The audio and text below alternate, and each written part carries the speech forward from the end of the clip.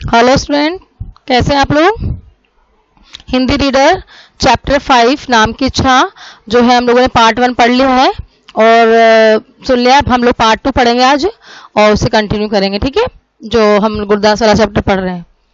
आयु भर का संचित गुप्त धन प्रकट करके अपने नाम से एक स्कूल स्थापित करने की जो घोषणा कर दी थी लाला जी ने कि भाई उसका जो पैसा था ना, क्योंकि उसका परिवार के कोई लोग थे नहीं, तो उसे सारा पैसा जो है अपने एक स्कूल को बनाने में और एक स्कूल में लगा दिया सारा पैसा। तो उसका नाम हो गया, उसका नाम अखबार में भी आया। तो लाला जी का अखबार में केवल नाम ही नहीं बल्कि उनका पिक्चर यानी चित्र भी छपा।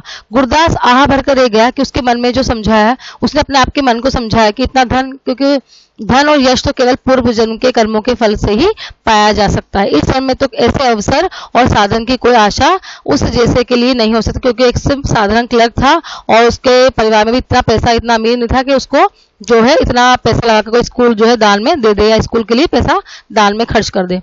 उस साल बसंत के आरंभ में शहर में प्लेग फूट पड़ा, यानी प्लेग की बीमारी हो गई उस समय। तो दुर्भाग्य से गुरदास के गरीब मोहल्ले में गलियां कच्ची और तंग होने के कारण बीमारी का जो पहला शिकार उसी मोहल्ले के दुलारे नाम का व्यक्ति हुआ। तो उसी के मोहल्ले का जो गुरदास का मोहल्ला था उसमें दुलारे नाम का जो व्यक्ति है वो उसका शिकार हो गया प्लेग का। तो मोहल्ले की गली के मुहाने पर रहमान साहब का मकान था। रहमान साहब ने आत्मरक्षा और मोहल्ले की रक्षा के विचार से छूत की बीमारी के अस्पताल को फोन करके एम्बुलेंस मंगवा ली, ठीक है। बहुत लोग इकट्ठे हो गए। दुलारे को स्ट्रेचर पर उठाकर मोटर पर रखा गया और अस्पताल पहुंचा दिया गया। म्युनिसिपैलिटी के ने उसके घर की साफ सफाई की। मोहल्ले के हर घर में दुलारे की जो है चर्चा होने लगी, क्योंकि वो प्लेग की बीमारी से जो है ग्रसित था। गुरदास संध्या समय थका मांदा और झुंझुलाया हुआ दफ्तर से लौट रहा था। भीड़ में से अखबार वालों ने पुकारा, आज शाम का ताजा खबर, नाहर मोहल्ले में प्लेग फुट पड़ा। तो आज की खबर पढ़िए। अब अखबार में अपने मोहल्ले का नाम छपने की बात गुरदास से सिर उठा कि अब मेरे मोहल्ले का नाम आया, क्या हुआ भाई साहब। इसके दिमाग में आया, ओह दुलारी की खबर छप गई होगी। अखबार प्राय वह से खरीदता नहीं था, परंतु अपने मोहल्ले की खबर छपी होने के कारण उसने 4 पैसे खर्च करके जो है अखबार भी खरीद लिया।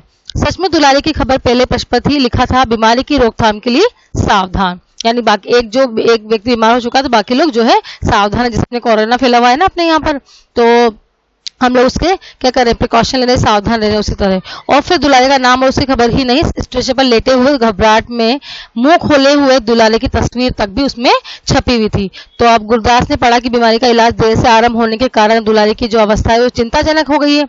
पढ़कर दुख हुआ, फिर ख्याल आया कि इस आदमी का नाम जो है अखबार में छप जाने की क्या आशा थी, पर छप ही गया ना, अपना अपना भाग्य। देखो बीमार हो रहा है तब भी बीमारी नहीं, इसका ना जो है अखबार में नाम छाप दिया है। तो उसके मन में तो जो दमित इच्छा थी ना उसकी कि मुझे भी नाम चाहिए, मुझे नाम चाहिए, तो वो कहाँ से उसकी पूर्ति करा। देखो दुलारी की अवस्था चिंताजनक होने की बात से दुख भी हुआ। फिर सोचा कि देखो मरते मरते नाम ही कर गया, मरने वाला फिर भी उसका नाम हो गया, मरते तो सभी हैं पर बीमारी की जो मौत फिर भी अच्छी है। ख्याल आया कहीं बीमारी मुझे ही ना हो जाए। वो सोच रहा मतलब इतनी बड़ी बीमारी के लिए, नाम कमाने के लिए उसको ये भी होश नहीं रहा कि भले बीमार होकर भले मर जाए लेकिन उसको नाम कमाना है। भय तो लगा पर यह भी ख्याल आया कि नाम तो जिसका छपना था छप गया। उसके बाद देखो कहाँ थे हम, दुलारे की जो अवस्था थी, चिंता होने के बाद भी उसकी जो है, एक सेकेंड देखो, दुलारे की जो इच्छा थी कि भाई जो है सबसे सचमुच दुलारे की खबर पहले पृष्ठ पर थी, लिखा था बीमारी रोकथाम के लिए सावधान। फिर दुलारे का नाम और उसकी खबर ही नहीं, स्ट्रेचर पर लेटे जो है घबराहट में मुंह खोले जो दुलारे का जो है तस्वीर भी छपी। गुरदास ने पढ़ा कि बीमारी का इलाज देर से, ये तो मैंने पढ़ाई दी ना, ये तो हो चुका हमारा। इसके बाद देखो, खैर दुलारे अगर बच ना पाए तो खबर में नाम छप जाने का फायदा उसे क्या हुआ।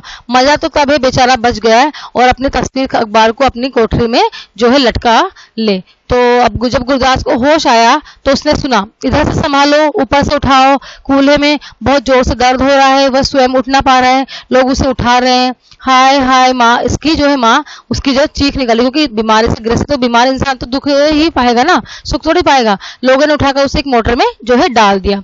अस्पताल पहुंचकर उसे समझ में आया कि वह बाजार में एक मोटर के धक्के से जो है गिर पड़ा था।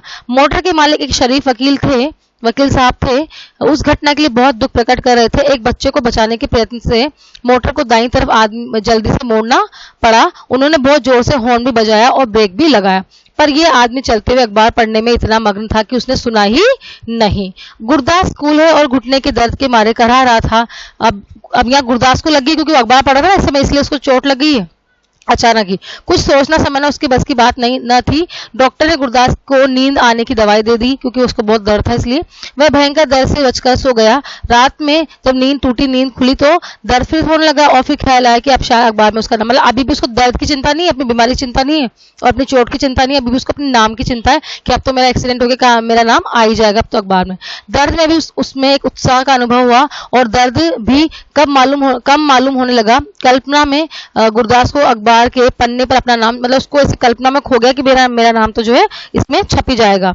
वकील साहब एक स्टूल खींचकर गुरदास सुबह जब अस्पताल की नर्स गुरदास के हाथ मुंह धुलाकर उसका बिस्तर ठीक कर रही थी, तभी मोटर के मालिक वकील साहब उसका हालचाल पूछने आए, क्योंकि उनको पूछना, क्योंकि उनका एक्सीडेंट होता तो जो क्लेम उठाएंगे ना, तो उसके लिए क्लेम भरने के लिए वकील साहब एक स्टूल खींचकर गुरदास के लोहे के पलंग के पास बैठ गए और समझाने लगी, देखो भाई ड्राइवर, बेचारे की कोई गलती नहीं थी, उसने तो इतनी जोर से ब्रेक लगाया कि मोटर को ही नुकसान पहुंच गया। उस बेचारे को सजा हो भी जाएगी तो तुम्हारा क्या भला होगा। तुम्हारी चोट के लिए बहुत अफसोस है हमें, हम तुम्हारे लिए 200-400 रुपये भी दे देंगे। कचहरी में तो मामला पेश होगा तो उसे जो जैसे हम कहें वैसे तुम उसमें बयान दे दो। हाँ, आप समझ रहे हो इन बात को, ऐसे उसने वकील साहब कह रहा है। तो गुरदास वकील साहब की बात सुन रहा था, पर उसका ध्यान वकील साहब के हाथ में गोल गोल लिपटे अखबार की ओर, मतलब उसका ध्यान वो नहीं कि वकील क्या कह रहा है, उसका ध्यान अखबार जो है ना उसमें ध्यान जा रहा है। रह ना सका तो पूछ, बेटा वकील साहब के अखबार में हमारा नाम छपा है? हमारा नाम गुरदास है, मकान हमारा नाहर मोहल्ले में है। वकील साहब की सहानुभूति में झुकी आंखें सहसा पूरी खुल गई। मतलब अखबार में नाम? उन्होंने पूछा। किसने? वकील साहब बोल रहे हैं। चाहते हो छपवा दें? हाँ साहब, अखबार में तो जरूर छपना चाहिए, आग्रह विनय से गुरदास बोला, क्योंकि उसकी वही इच्छा थी, जब उसको लग रहा है कि मेरी इसकी पूर्ति होने वाली है। अच्छा, एक कागज पर नाम पता लिख दो। वकील साहब ने कलम और कागज गुरदास की ओर बढ़ाते हुए कहा, अभी नहीं छपा तो कचहरी के मामले में पेश होने के दिन छप ही जाएगा। गुरदास को लंगड़ाते हुए कचहरी जाना पड़ा। वकील साहब की टेढ़ी जिह्वा का उत्तर भी देना जो है सहज न था। आराम में ही उन्होंने पूछा, तुम अखबार में नाम छपवाना चाहते हो? तो जी हाँ, गुरदास को स्वीकार करना पड़ा।